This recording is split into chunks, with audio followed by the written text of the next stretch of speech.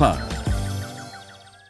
आज के कार्यक्रम के प्रमुख अतिथि पद्मश्री डॉक्टर शंकर महादेवन जी,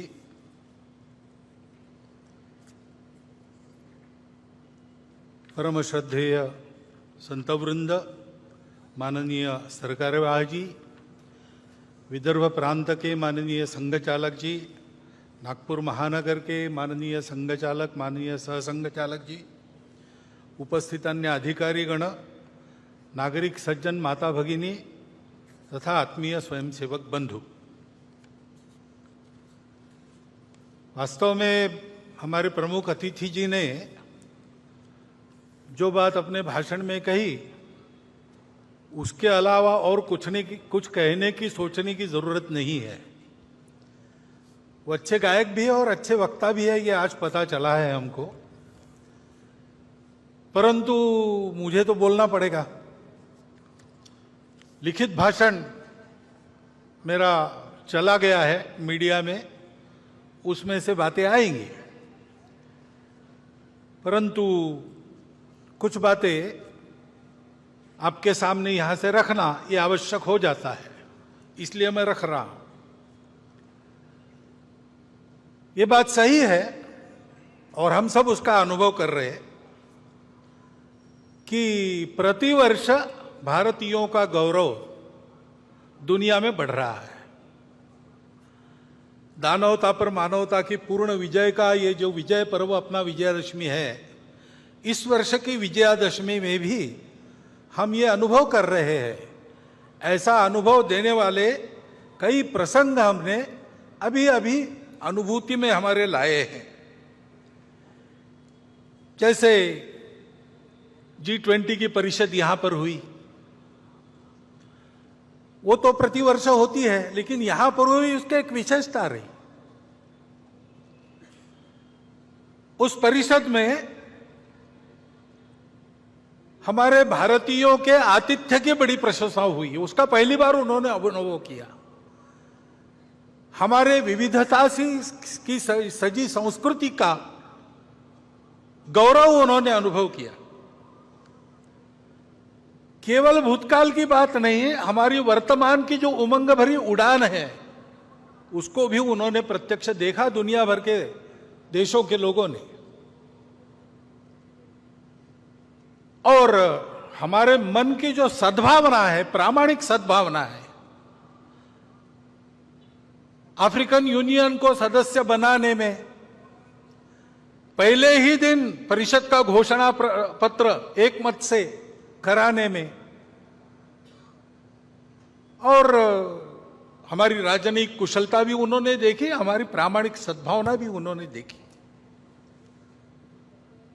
विशेषकर आर्थिक विषयों पर केंद्रित जो परिषद होती थी, उसमें पहली बार वसुधैव कुटुंबकम की बात कही गई। महिलाओं के उन्नति की, महिलाओं के नेतृत्व की बात कही गई, और वो मानव केंद्रित बात हो गई। उसमें करुणा के ग्लोबलाइजेशन की बात भी यहां जो C20 हुआ था वहां रखी गई थी। ऐसा एक प्रसंग हमको एक झलक देके गया कि हमारा स्थान आज दुनिया में क्या बना है। हमारे नेतृत्व के कारण भारत का एक विशिष्ट स्थान दुनिया के अग्रणी देशों में बन गया। इसको हमने अनुभव किया। ऐसा अभिनंदनीय कार्य हमारे सामने हुआ है। और केवल उसी इसमें नहीं, हमारे खिलाड़ी भी इस बार आशियाई खेल हुए। 100 से अधिक, इस भाषण को लिखते तक 107 पदक, 28 स्वर्ण, रौप्य पदक 38 और 41 कांस्य हमारे खिलाड़ियों ने जीते। हमारा देश सब क्षेत्रों में आगे बढ़ रहा है, ये हम देख रहे हैं। आर्थिक स्थिति भी हमारी, हम 5वें नंबर पर 10वें से ऊपर उठकर आ गए इकोनॉमी। डिजिटल टेक्नोलॉजी का हमने उपयोग किया गरीबों के कल्याण में, सारी योजनाएं नीचे तक पहुंची, उसके लाभ, ये सारी बातें हमने की। स्टार्टअप्स की क्रांति जैसे हो गई। सभी क्षेत्रों में, केवल टेक्नोलॉजी में नहीं, कृषि हो, स्पेस हो, डिफेंस हो, सर्वत्र यह प्रगति भी हमने देखी है। और इसलिए हमको बड़ा आनंद लगता है कि हाँ, आगे बढ़ रहे, और केवल भौतिक बातों में नहीं। राष्ट्र का पुरुषार्थ उस राष्ट्र की अपनी धरोहर के आधार पर अपने वैश्विक प्रयोजन के सिद्ध करने वाले आदर्शों के आधार पर होती है। उनको हम देखते, उनका अनुकरण करते, तब आगे बढ़ते। हमारे संविधान के पृष्ठ पर जिनका चित्र है वो हमारे राष्ट्रीय आदर्श भगवान राम, उनके बाल स्वरूप का रामलला का मंदिर अयोध्या में बनने जा रहा है। अपने मंदिर में रामलला प्रवेश करने वाले हैं 22 जनवरी को। यह प्रसंग हम देखने वाले हैं। उसमें सब लोग तो आ नहीं सकेंगे, सुरक्षा की बात रहेगी, वहां के व्यवस्थाओं की बात रहेगी। धीरे धीरे बाद में जाएंगे अपनी अपनी सुविधा से। परंतु उस दिन अपने सारे देश में हम अपने अपने जगह, अपने छोटे छोटे मंदिरों में ऐसा वातावरण बना सकते हैं। भगवान राम धर्म की मर्यादा के प्रतीक है। समाज में सब लोगों को अपनाने वाले भगवान राम थे। भगवान राम करुणा के प्रतीक है। इन सब बातों को ध्यान में रखते हुए ऐसा आत्मीयता का, सर्वसमावेशकता का, समरसता का, प्रेम का, स्नेह का वातावरण, धार्मिकता का वातावरण सर्व देश में बने, ऐसे छोटे छोटे कार्यक्रम अपने जगह पर तो हम कर ही सकते हैं। परंतु ये सारे प्रसंग भारत का एक अमृत काल देखने का सौभाग्य हम सबको मिला है। और इसलिए शताब्दियों की संकट परंपरा को पार हमने किया है और हम आगे बढ़ रहे हैं, ऐसा ध्यान में आता है। हमने सदाचार, अहिंसा की शिक्षा देने वाले भगवान महावीर जी का 2550वां वर्ष हम संपन्न कर रहे हैं। हिंदवी स्वराज्य के संस्थापक छत्रपति शिवाजी महाराज, इनका 350वां वर्ष हम संपन्न कर रहे। महर्षि दयानंद सरस्वती, जिन्होंने अंग्रेजों के गुलामी से मुक्त होने के लिए, योग्य बनने के लिए हमको फिर से अपने मूल की ओर खींचा और उसकी स्पष्ट और यथार्थ कल्पना दी। रूढ़ी कुरीतियों को बाजू रखकर वास्तविक अर्थ क्या है वो बताया। उनका 200वां वर्ष हम संपन्न कर रहे। ऐसे ही रानी दुर्गावती, भारतीय महिलाओं की शक्ति, उद्यम, साहस, धैर्य, बुद्धि, शक्ति, पराक्रम, प्रशासकीय कुशलता, प्रजाहित दक्षता, इसका परिचय देने वाली, उनका 500वां वर्ष। और साथ साथ भक्ति का परिचय देने वाली संत मीराबाई, इनका 550वां वर्ष। ये अभी हम संपन्न करने वाले हैं, आगे उनका वर्ष है। ऐसे ही अपने राजनीतिक प्रशासन की कुशलता के साथ साथ, प्रजाहित दक्षता के साथ साथ, जो अपने जीवन को सामाजिक विषमता के निर्मूलन के लिए लगा चुके, ऐसे कोल्हापुर के छत्रपति शाहू महाराज का, उनका भी 150वां जयंती वर्ष हम मना रहे। अभी अभी हमने संपन्न किया, तमिलनाडु में एक संत हो गए, वल्ललार जी, श्री रामलिंगम वल्ललार जी। उन्होंने अपने जवानी से ही स्वतंत्रता की अलग समाज में जगाना प्रारंभ किया। उन्होंने कहा कि हमारे देश में जो दरिद्रता दिख रही, भूखे लोग दिख रहे, वो अंग्रेजों के गुलामी के प्रतीक है और उसका उपाय मैं करूंगा। तो उन्होंने पहले अन्नदान प्रारंभ किया। उस समय तमिलनाडु में जो चूल्हा उन्होंने अन्नदान के लिए जलाया, वो आज भी जल रहा है और वहां अन्नदान कार्यक्रम चल रहा है। आध्यात्मिक सांस्कृतिक जागृति के आधार पर सामाजिक समता और स्वतंत्रता का संदेश देने वाले वल्ललार जी की भी 200वां वर्ष अभी संपन्न हुआ, अक्टूबर में पूरा किया। इन सब महापुरुषों के द्वारा हमको ये संदेश मिलते हैं सामाजिक समरसता के, स्व के गौरव के, अपने परंपरा के, दुनिया को देने के लिए हमारे पास क्या क्या है उसके। जैसे हमारे प्रमुख अतिथि जी ने उल्लेख किया, हमारे हर बात में हमारा स्व है, संगीत में है, अन्न में है, सारी बातों में है। उसको दुनिया को देने का समय आ गया है और इसलिए उस स्व का गौरव धारण करके स्व के आधार पर देश का एक यशस्वी जीवन खड़ा करके बताना संपूर्ण दुनिया को, ये हमारा कर्तव्य बनता है। और उसके साथ साथ वो आज के विश्व की आवश्यकता भी है। आज का विश्व 2000 साल सुख की खोज में अनेक प्रकार के प्रयोग करके थक गया और वो कहता है कि हमको रास्ता चाहिए, क्योंकि विश्व में अनेक समस्याएं जिनका हल उनको नहीं मिला। स्वार्थ और कट्टरपन के चलते कलह चलते हैं, उसका कोई हल नहीं दिख रहा। विश्व ने प्रयास किया सबको एक रंग में घोलने का, सब में यूनिफॉर्मिटी लाने का, एकरूपता लाने का। वो यशस्वी हो नहीं सकता क्योंकि सृष्टि बनी है विविधता, वो विविध ही रहेगी। विविधता में एकता कैसे आएगी, उसका कोई आधार उनके पास नहीं है। और इसलिए स्वार्थ तो रहता ही है, कट्टरपन भी रहता है, उसको चलते एक उन्माद पैदा हो जाता है, अहंकार पैदा हो जाता है, उसके संघर्ष चल रहे। स्वार्थों के टकराव और अतिवादिता के कारण युद्ध चलते हैं, उसका कोई उपाय नजर नहीं आता। प्रकृति विरुद्ध जीवन शैली, जीवन में स्वैरता, अनिर्बंध उपभोग, आत्यंतिक व्यक्तिवाद, अमर्याद शोषण, अधूरी दृष्टि के कारण उपजने वाले ये सारे दोष है।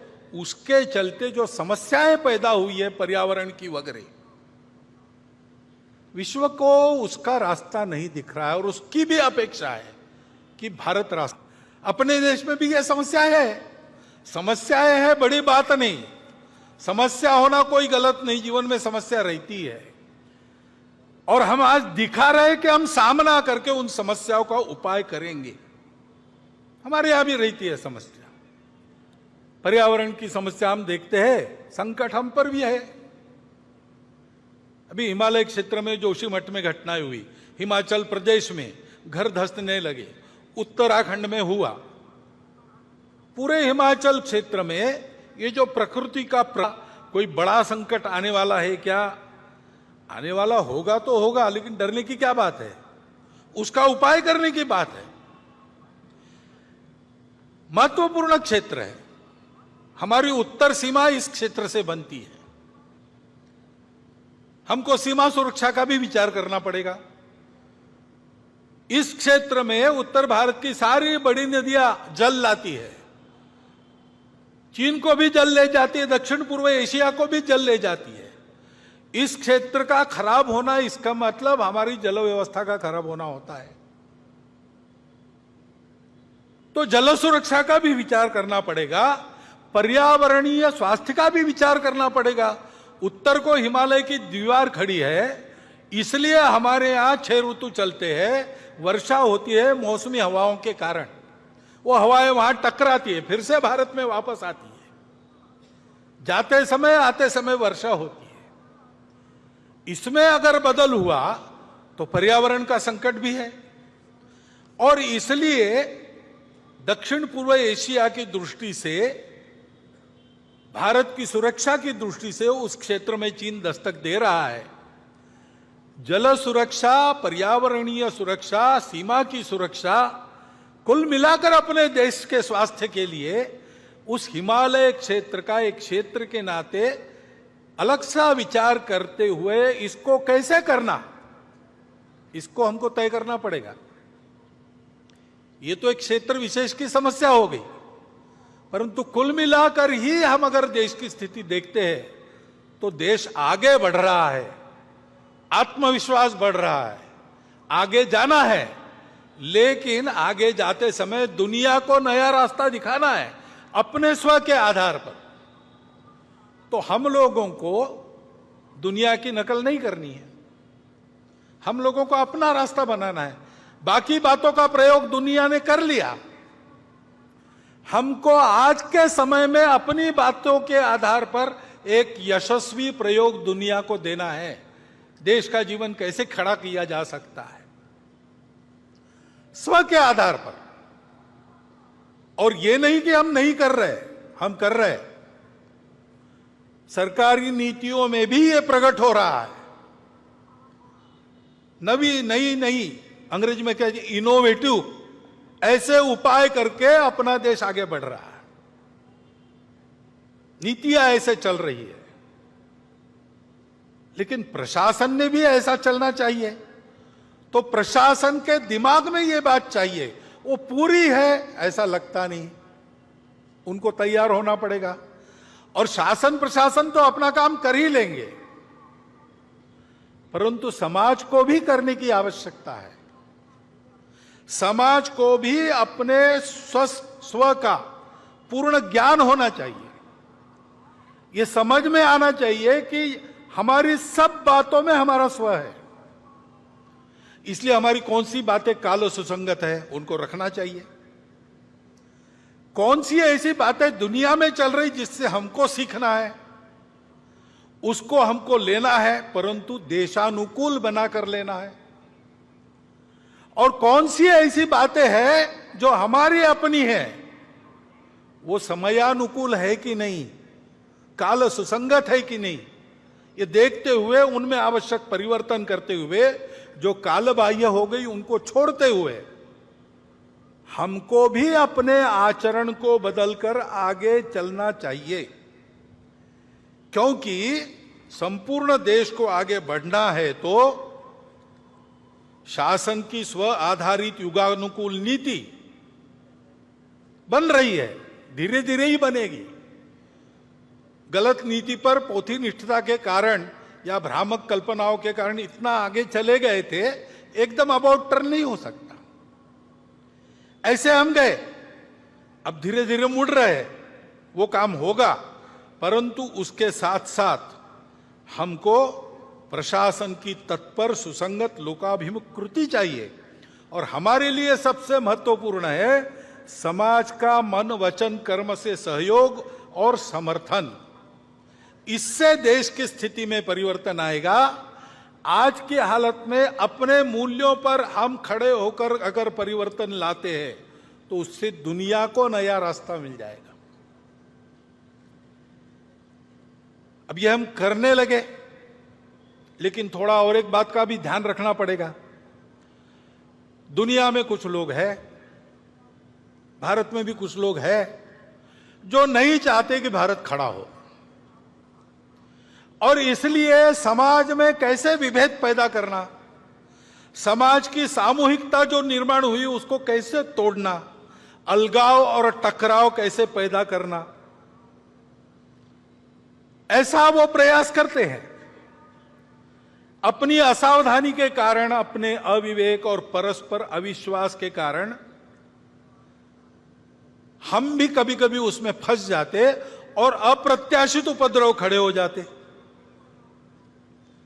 क्योंकि भारत का उत्थान होगा तो कलह मिटेंगे, भारत का उत्थान होगा तो दुख जाएगा, शोषण जाएगा। इनके आधार पर अपने स्वार्थ का धंधा करने वाली दुनिया की और अंदर की जो ताकतें हैं, भारत बड़ा होने से उन पर मर्यादा आएगी, वो अपने खेल नहीं खेल सकेंगे। इसलिए इनका निरंतर विरोध चलता है। विरोध करने के लिए किसी विचारधारा का आवरण ये लोग ओढ़ लेते हैं, बड़ी चिकनी चुपड़ी बातें करते हैं, कोई बड़ा उद्देश्य, मन लुभावन उद्देश्य ऐसा घोषित करते कि हम इसके लिए काम कर रहे हैं, लेकिन उनका उद्देश्य दूसरा ही रहता है, अपना उल्लू सीधा करने का रहता है। और कोई भी हो, किसी भी विचारधारा का हो, वो खाटी संघ वाला हो या कम्युनिस्ट हो, अगर वो प्रामाणिक है, निस्वार्थ बुद्धि से काम कर रहा है, तो उनके लिए वो बाधा ही बनता है। ये जानकर ऐसे सब लोगों का वो विरोध करते हैं। अभी एक नया नाम उनका चलता है दुनिया में, कल्चरल मार्क्सिस्ट या वोक, यानी जगे हुए, वोकिज्म, ऐसे शब्द चलते हैं। नाम तो मार्क्स का लेते हैं, लेकिन 1920 में ही उन्होंने समझा कि मार्क्स में ने जो भविष्यवाणी की वैसा होने वाला नहीं है, तो वैसा होने के नाम पर हमारे हाथ में पूरी दुनिया की पकड़ आ जाए, इसलिए तब से ही उन्होंने अपना उद्योग प्रारंभ किया है। इसलिए उसी समय उन्होंने मार्क्स की बातों को भुला दिया और आगे बढ़ रहे। और आजकल वो जो कहते हैं और बोलते और बताते हैं, विश्व की सारी सुव्यवस्था का उनका विरोध है। विश्व में मांगल्य का, संस्कार का, संयम का उनका विरोध है। अनिर्बंध स्वैराचार का वो पुरस्कार करते हैं। ये पुरस्कार सहज हो जाए, जोर से हो जाए, इसलिए माध्यमों को और अकादमियों में अपना वर्चस्व स्थापित कर उनका उपयोग करते हैं। देश की शिक्षा को भ्रष्ट करते हैं, देश के संस्कार को भ्रष्ट करते हैं, राजनीति, सामाजिक वातावरण, इन सब को भ्रम और भ्रष्टता का शिकार बनाते हैं। असत्य, विपर्यस्त और अतिरंजित वृत्त के द्वारा ये भ्रम और द्वेष फैलाना, भय फैलाना आसान हो जाता है। उसके चलते जो झगड़े बनते हैं, उन झगड़ों में उलझाकर समाज को अपनी पकड़ में लाना, अपनी अधिसत्ता में फांसना, ये वो करते हैं। किसी भी राष्ट्र की जनता में ऐसी अनास्था, दिग्भ्रम, परस्पर द्वेष उत्पन्न करने वाली ये जो प्रणाली है ना, अपने यहां चाणक्य नीति में उसका नाम है मंत्र विप्लव। विष से एक आदमी मरता है, बाणों से एक को ही मार सकते हैं, लेकिन मंत्र विप्लव से प्रजा सहित राजा का नाश होता है, ऐसी उक्ति है। ये इन लोगों से हमको ध्यान रखना पड़ेगा, बचना पड़ेगा। राजनीतिक स्वार्थों के लिए अपने प्रतिस्पर्धी को पराजित करने की जो उद्योग चलते हैं, उसमें इन शक्तियों के साथ गठबंधन करने का अविवेक भी चलता है। यह अपेक्षित नहीं है, लेकिन होता है। और समाज में अगर आत्मविस्मृति है, समाज में अगर अनेक प्रकार के भेद है, आपस में लड़ाई है, स्वार्थों की प्रतिस्पर्धा है, ईर्ष्या है, द्वेष है, तो फिर उनका काम आसान हो जाता है। और इसलिए इन आसुरी शक्ति को बल न बढ़े, ऐसा हमको देखना है।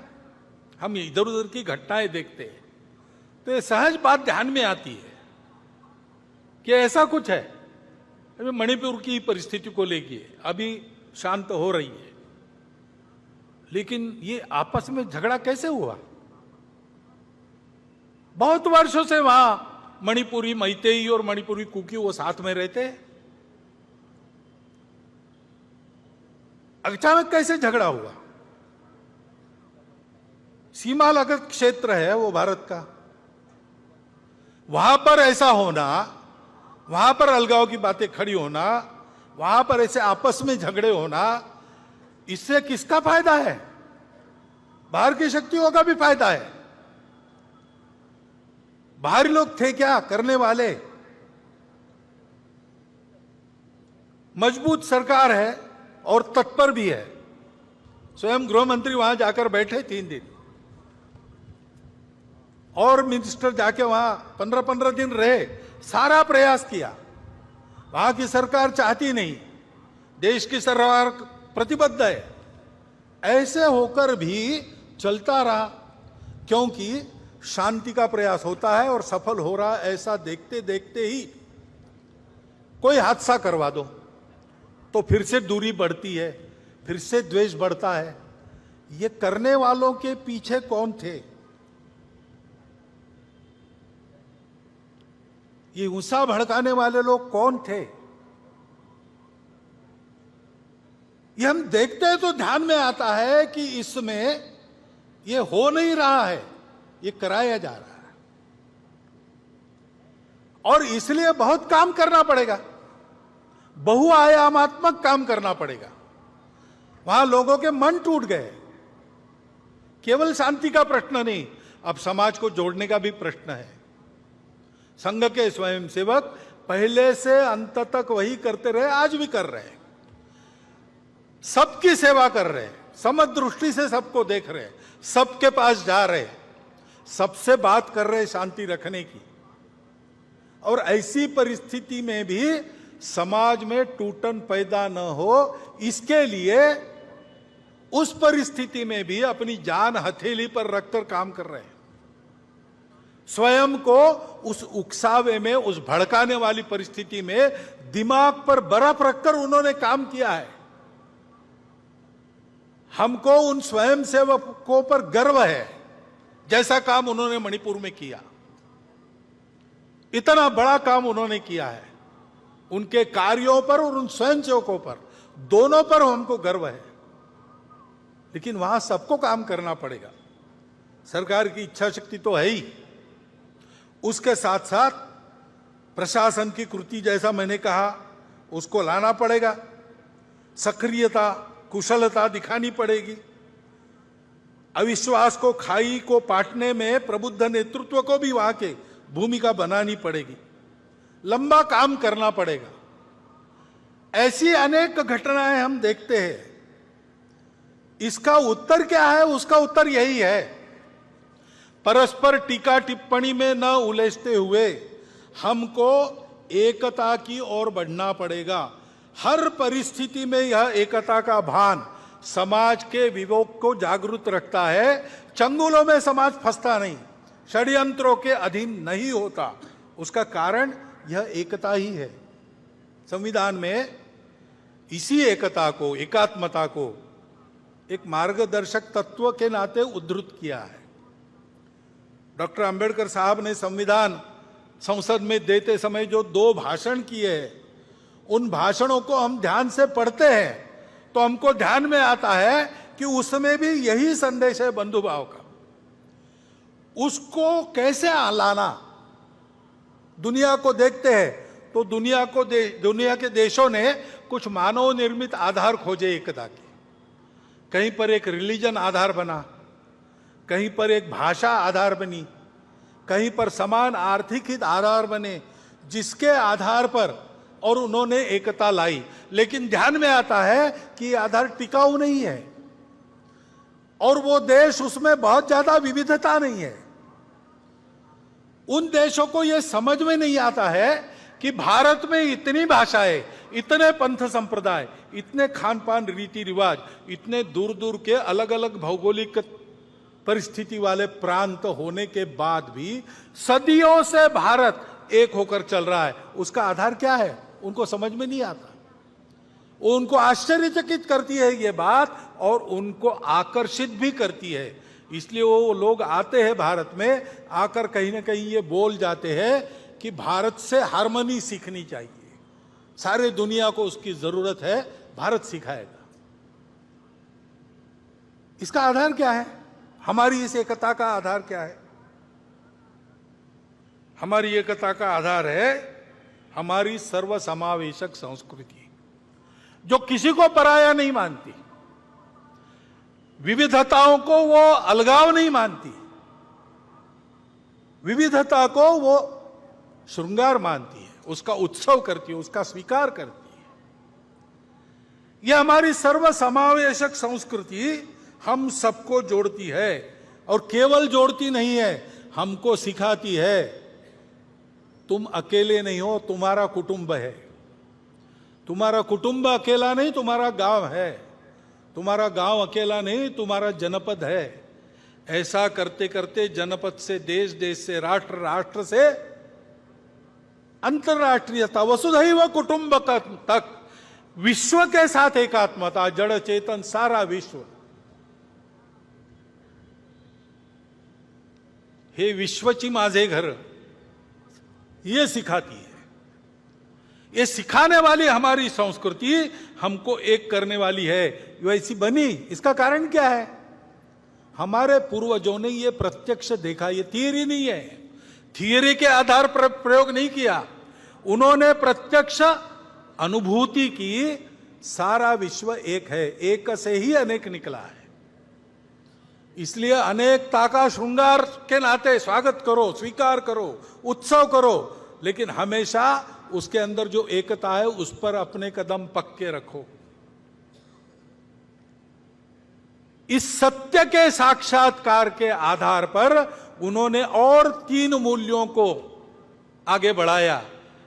सत्य है सब अपने हैं, क्योंकि सब एक से ही निकले हैं, और इसलिए परस्पर सद्भाव, करुणा, प्रेम होना चाहिए। ऐसा होने के लिए विकार आड़े आते हैं, स्वार्थ आड़े आता है, काम, क्रोध, लोभ, मोह, मद, मत्सर आड़े आते हैं।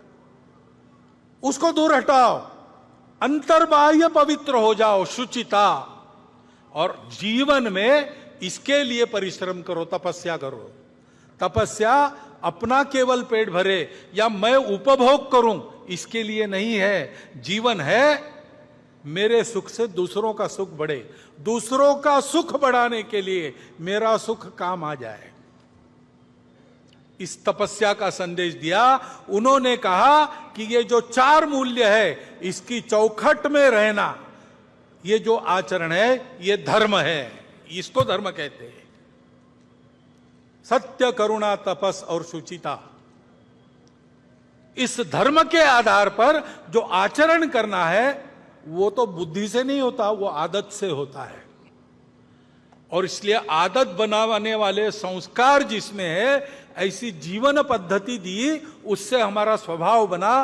पीढ़ी दर पीढ़ी छोटी छोटी कृतियों में से उस आदत का हम अभ्यास करते हैं और एक स्वभाव वाले बनते हैं। वो हमारी संस्कृति है। उत्तर से दक्षिण, पूरब से पश्चिम, अखंड भारत में, जो अखंड भारत था उसमें आज भी कहीं भी जाओ एक आपको रीति मिलेगी। दुकान में जाएंगे, आप कुछ खरीदेंगे तो ऊपर से मुट्ठी भर वैसे ही डाल देंगे। चावल खरीदा 1 किलो, 1 चिमटी और डाल देगा। आम खरीदे 100, 5 ऊपर मिल जाएंगे, उसका पैसा नहीं देना पड़ता। वो क्यों मिलता है? क्योंकि वो दुकानदार सोचता है गलती से मेरे से कम न चला जाए, मैंने कीमत ली है, मैं पूरा दूंगा। ये चलता है, केवल भारत में चलता है, अखंड भारत के क्षेत्र में। कहां है? किसी ग्रंथ में लिखा है? इस विषय को लेकर प्रवचन होते हैं? ये पीढ़ी दर पीढ़ी हर घर में, हर गांव में आदत लगाई गई, वो चल रही है। उससे हमारा ये स्वभाव बना है, ये हमारी संस्कृति है। ये संस्कृति ऐसी रहे, फलती फूलती रहे, इसलिए जिन लोगों ने अपना खून पसीना बहाया, इस संस्कृति का आचरण करने वाले समाज के संरक्षण के लिए बलिदान दिए, उद्यम किया, पराक्रम किया, वो सब महापुरुष हमारे आदर्श है। उनके व्यवहार का हम अनुकरण करते हैं। और ये सब ऐसे हुआ, उसका और एक कारण है, और सबसे महत्वपूर्ण कारण है, हमारी भारत माता सुजल सुफल मलयज शीतल थी, इसलिए हम समृद्ध थे। और तीनों ओर से पर्वतमालाएं, उस पूरे को पहले हिमालय कहा जाता था, और तीनों ओर से सागर। ऐसी सुरक्षितता के परिस्थिति में थे, हम सुरक्षित थे, इसलिए हमको लड़ाई झगड़े का काम नहीं पड़ा, हमको जीवन के लिए संघर्ष बहुत ज्यादा नहीं करना पड़ा। हमने फुर्सत का उपयोग सत्य की खोज के लिए किया। जहां दुनिया बाहर का सच देखकर, उतना ही देखकर रुक गई, वहां हमने उसके परे जाकर अंदर के सत्य को खोजा, तब हमको वो सत्य मिला, विश्व की एकता का। तो हमारे भारत माता का उपकार है, उसकी भक्ति, वो हम सबको जोड़ती है। हम रहे ना या ना रहे, भारतीय रहना चाहिए। यह सब पर लागू है, सब जातियों पर लागू है, सब पंथ संप्रदायों पर लागू है। हमारे देश में इतने सारे पंथ संप्रदाय है पहले से, विदेशी आक्रांताओं के कारण और भी कुछ आ गए, चलो रह गए हमारे यहां। हम सर्वसमावेशक है, हम सबको स्वीकृत करते हैं, सबके लिए लागू है भारत माता की भक्ति। हम सबके पूर्वज वही है, समान है, समान पूर्वजों का गौरव, उनके आदर्शों का अनुकरण, और इस सर्वसमावेशक सबको स्वीकार करने वाली, संस्कार देने वाली, भद्रता सिखाने वाली, सत्य, करुणा, शुचिता और तपस के चौखट में चलने वाली संस्कृति को स्वीकार करके चलना, यही हमारे एकता का आधार है। उसी से एकता निकलती है। स्वार्थ के आधार पर एकता होती है क्या? तुम मुझे ये दो, मैं तुम्हें वो दूंगा, ये सौदा कितने दिन चलेगा? ये चलता नहीं। राष्ट्र की एकता सौदों के आधार पर नहीं होती। राष्ट्र की एकता अपनेपन के कारण होती है। वो स्थायी अपनापन इन तीन बातों से हमको मिलता है, लेन देन से नहीं मिलता है। बहुत लोग मिलते हैं, वो चिंतित है। देश में जो छोटी मोटी घटनाएं होती है, ऐसी छोटी मोटी ही होती है, लगभग पूरे समाज में एकता का वातावरण है, लेकिन उसको तोड़ने का प्रयास तो हो रहा है, इसलिए वो चिंतित है। आकर मिलते हैं, कहते हैं कि ये फितना फसाद और कितान ठीक नहीं, यानी आपस में संघर्ष ठीक नहीं, एक दूसरे को मारना ठीक नहीं, हिंसा ठीक नहीं है, विवाद ठीक नहीं है।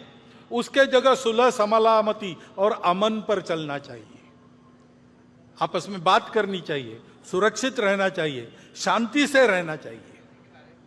ये बात ठीक है, ऐसे ही चलना चाहिए। उसको करना है तो ये बात ध्यान में रखनी पड़ेगी कि हम लोग दिखने में अलग है, वास्तव में अलग नहीं है। हमारी पूजाएं अलग अलग है, भाषाएं अलग अलग है। हो सकता है पूजाएं एक दो बाहर से भी आई हो, दिखने में हम अलग है, लेकिन अलग अलग लोगों को यहां एक होने की बात ही नहीं है, जो पहले से एक थे और जिनमें ये सारी विविधता का पूर्ण स्वीकार पहले से था। ऐसे हम एक लोग हैं, अपनी एकता के इन तीन सूत्रों को भूल गए, इसलिए आज आपस में हम एक दूसरे को अलग अलग मान रहे हैं। वो भूलना और अपनी एकता को याद करना, ये करेंगे तब हम जुड़ेंगे। उसी आधार पर हमको फिर से जुड़ना है। हमारी समस्याएं हैं, आपस में हमारे है कुछ विवाद हो सकते हैं। विकास चल रहा है तो विकास में हमको कुछ चाहिए, ज्यादा चाहिए, मुझे चाहिए, यह स्पर्धा है। मन वचन कर्म से सारा समाज ऐसे ही चल रहा है, ऐसा नहीं है। आप तो ऐसा कहते हैं लेकिन वहां तो वैसा होता है, ये परिस्थिति है। सबका ऐसा नहीं है, लेकिन जिनको ऐसा होना है और देश को ऐसा बनाना है, उनको ध्यान में रखना पड़ेगा कि पहले ये सब ठीक हो, बाद में हम एक होंगे, ये बात नहीं चलेगी। क्योंकि ये सब ठीक नहीं, इसका कारण हमने उस अपनेपन को भुला दिया, यही है। और इसलिए पहले हमको अपने में उस अपनेपन को रखना पड़ेगा। ये सब होता है तो भी क्षोभ नहीं होना चाहिए, अविवेक, असंतुलन नहीं होना चाहिए।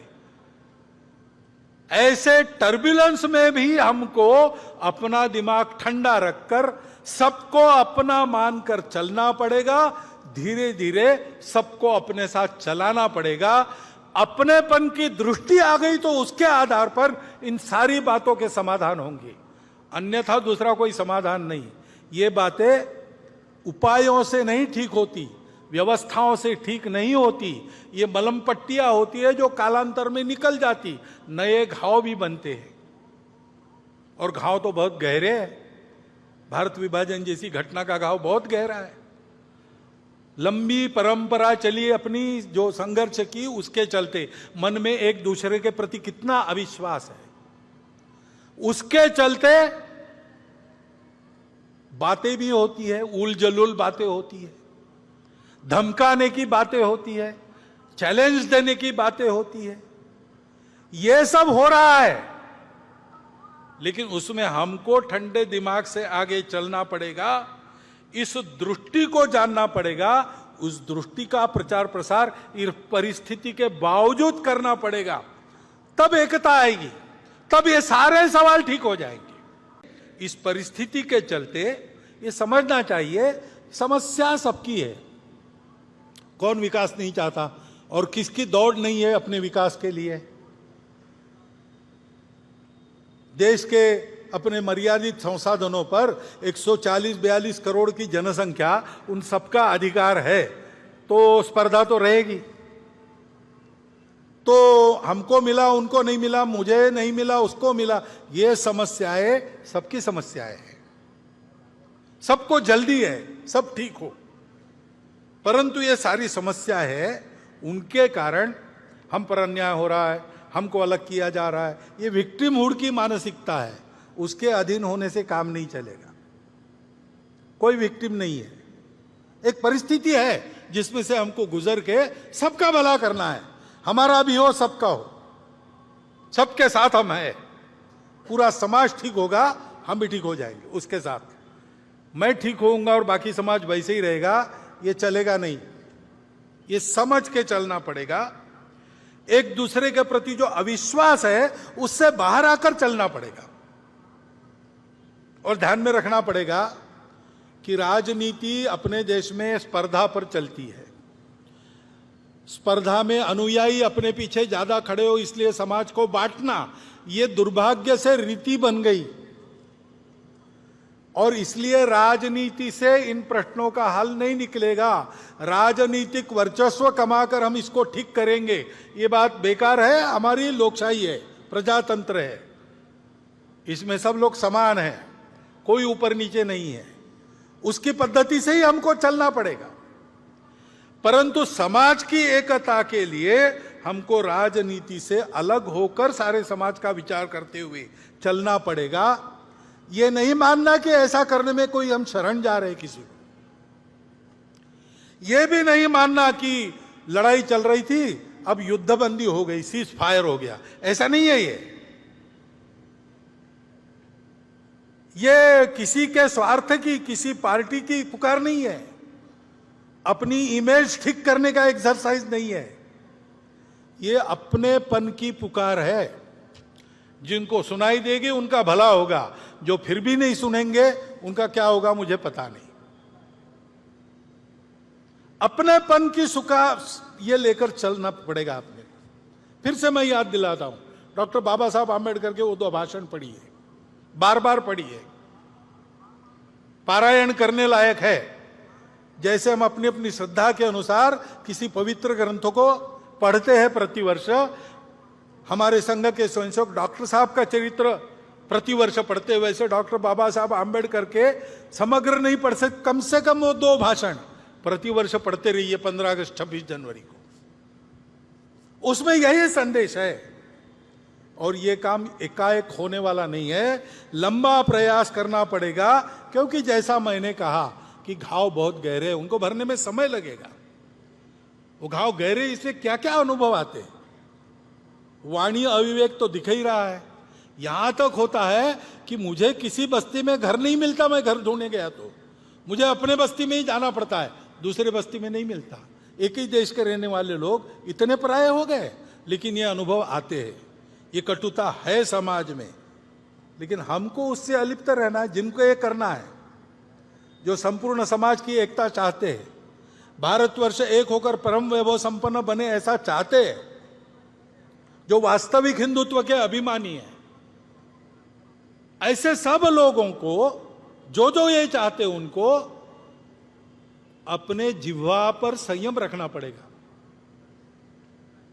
झगड़े की भाषा अलग होती है, दोस्ती की भाषा अलग होती है।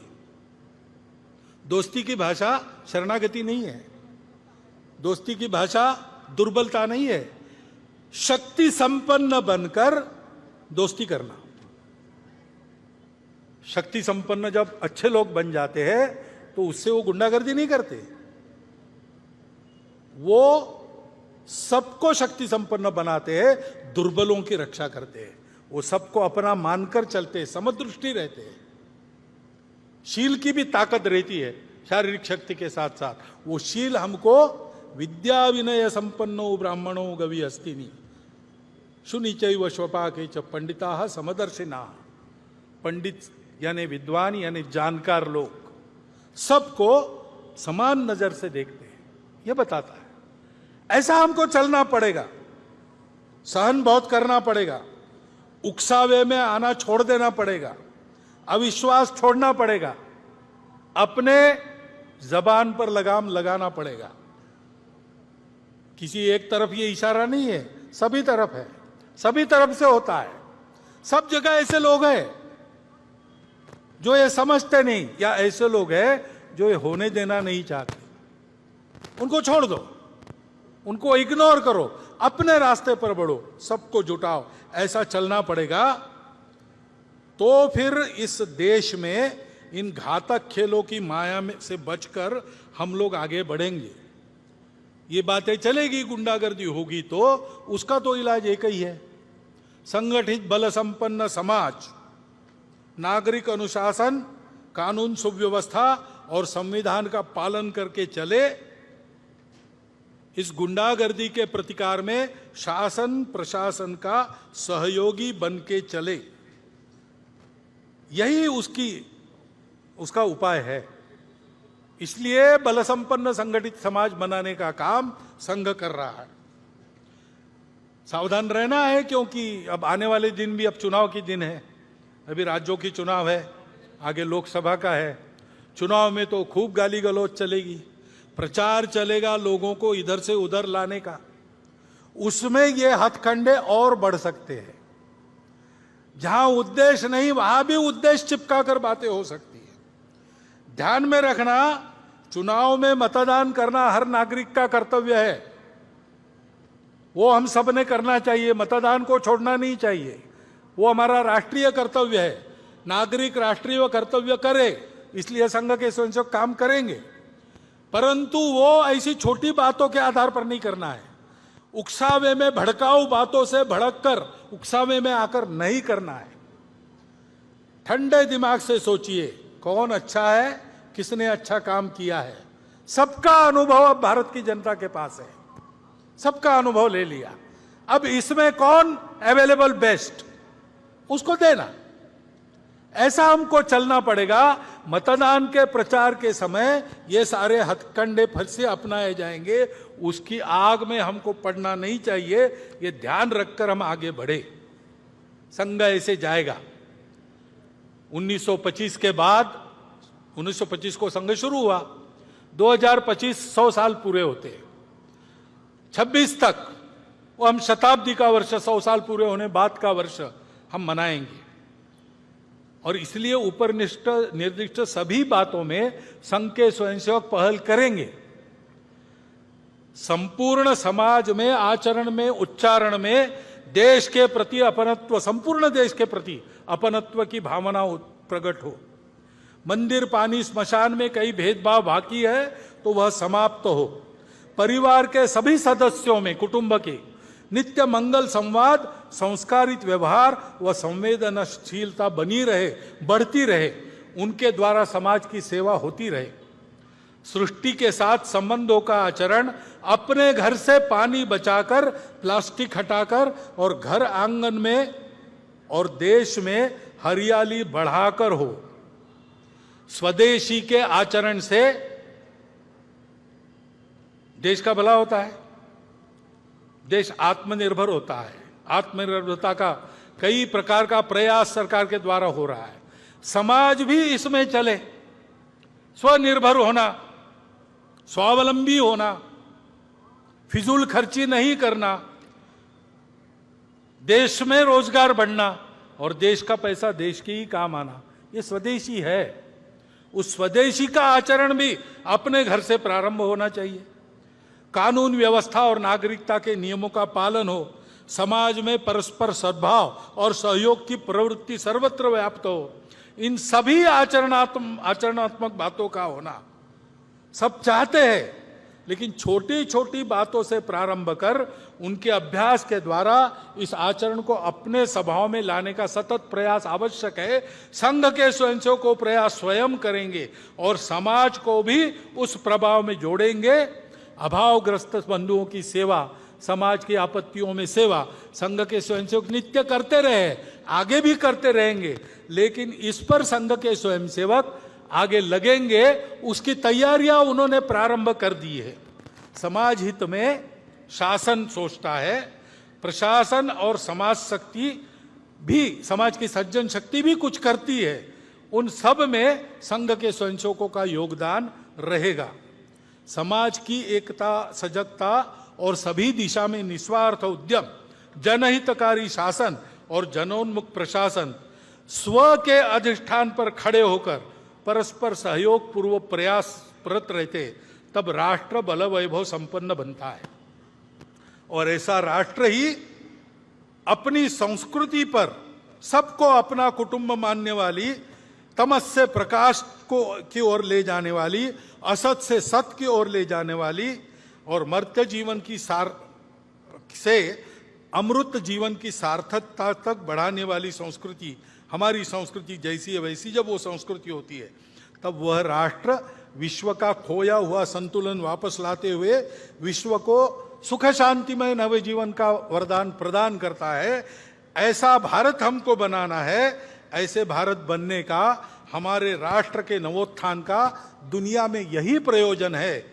चक्रवर्तियों की संतान लेकर जगत गुरु का ज्ञान, बढ़े चले तो अरुण विहान, करने को आए अभिषेक, प्रश्न बहुत से उत्तर एक। भारत माता की जय। मैं वर्षा, मैं सुन नहीं